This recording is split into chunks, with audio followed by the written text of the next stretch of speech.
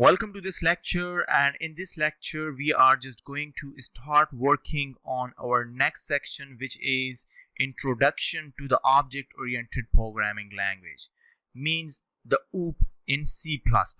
Let's just start. So first of all, we just check the goals what we covered in our C++ object oriented lectures. So by the end of this lecture you should understand the three pillars of the object-oriented programming: inheritance, encapsulations, and polymorphism. But other than that, in our next sections, so we just discussed about the abstraction, polymorphism. So we just discussed about the polymorphism in this lecture, but interfaces and overloading and the inheritance and much more about the loops like classes and the objects. So then we just understand what is an object, then understand the object attributes, methods, and the events, and then understand how to program or use APIs.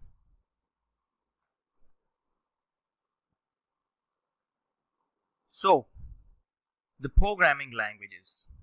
Programming languages allow programmer to code software. There are three major families of languages are. First one is machine language, like what we just contribute with machine, then assembly language, and then high level language, what we are working with.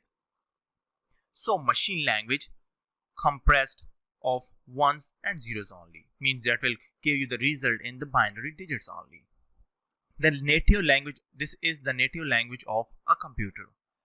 Difficult to program, one misplaced 0, 1 or 0 will cause the program to fail. So as you can see here on your screen, this is our example of the code what we do in the machine language. So it will always take the input and output as the zeros and the 1 from keyboard.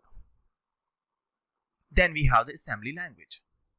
Assembly language are a step towards easier programming.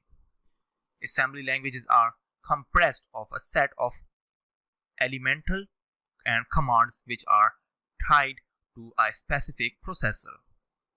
Assembly language code needs to be translated to the machine language before the computer processes it. So this is example of the assembly language. So this is also take an input and output as ones and 0, and then you can see here add 1 and 0, so this one. Then we just come to the high level language, what we are working with. So high level languages represent a giant leap towards easier programming. The syntax of HL language mean high level language is similar to English, like we just see output and string, all that thing like print, double, float. So this is using the English words. So historically we divide high level language into two groups. First one is procedure language, what we are discussing last in our sections, like we are working with variables, storage, loops, discussion function, decision making functions, array, and date and time, and as you can see here all that thing.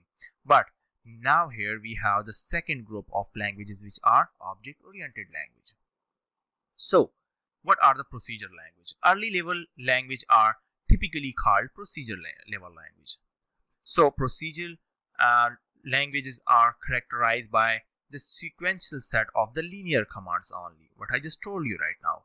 The focus of such languages on structure based, like function, we just make an array, numbers, and loop abstraction and operators. So example of that is C, COBOL, and Fortran, Lisp, Perl, HTML, and VB script. So these are all procedural languages.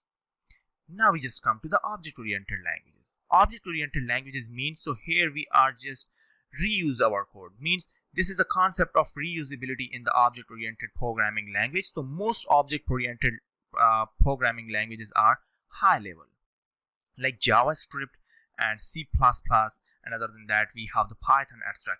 So the focus of object-oriented programming language is not a structure but on modeling data, means you just design the pattern in these languages, and the programmers code using blueprints of data models called classes. So classes are also called the blueprint. Examples for object-oriented languages include C++ and the Visual Basic .NET and the JavaScript and Python JavaScript, etc. Okay. Then we just discussed the object-oriented programming. Object-oriented means here we just discussed the objects, method, and the classes. So objects, which are the unique programming entity that has method and it has attributes and can react to the events, and the methods, things which an object can do, the verbs of objects in code using can be identified by an action word, which is hide and show. So in the method, we just using the hide and show method, which is used in abstraction level. We just discussed about the abstraction in our next lectures. Then we have the attributes, which things which describe an object. The adjective of object in the code using can be identified by a descriptive word enable back color. And then events focused external to an object and to which that object can react in the code, usually attached to an event procedure.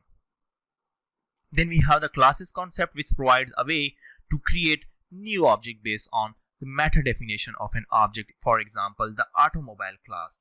So like we have the class of car, and then we have the attributes like car means this is a type of car, model, shape, color, etc. Okay. And then we have the constructor, which is a special method used to create a new instance of the class, like a Honda Civic is an instance of automobile class. Then we just discuss the object-oriented encapsulation. So incorporation into a class of data and the operations in one package, and data can only be accessed through that package. And encapsulation is the technique of information hiding. Then we have the inheritance, which allow programmer to create a new class based on an existing class. Then method and attributes from the parent class are inherited by newly created class, and the new method and the attributes can be created in the new class but don't affect the parent class definition. Then we have the polymorphism technique, which create the method which describe the way to do something journal in form. For example, the driver method in the automobile class, and the polymorphic method can adapt to a specific type of object. Then we have the classes and object technique. A class is a type of that allows programmer to create the object, and a class provides a definition of an object described by an object, attributes, data, and the methods operation. And the object is an instance of a class, which one class you can have many objects as required.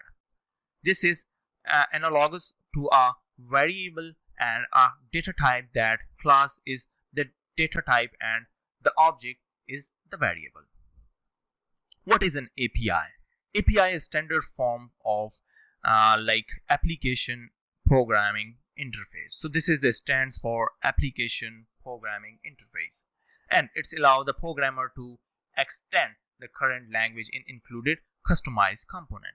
And most modern language incorporate APIs like ASP.NET and other languages. So solution with object-oriented design means discard an API that certain the custom car object and much cleaner code and reusable object. So these all things what I just discussed here in object-oriented programming language. So remember that object-oriented programming language is used for code reusability of an object. Means you just simply reuse your code again and again in many forms. Okay.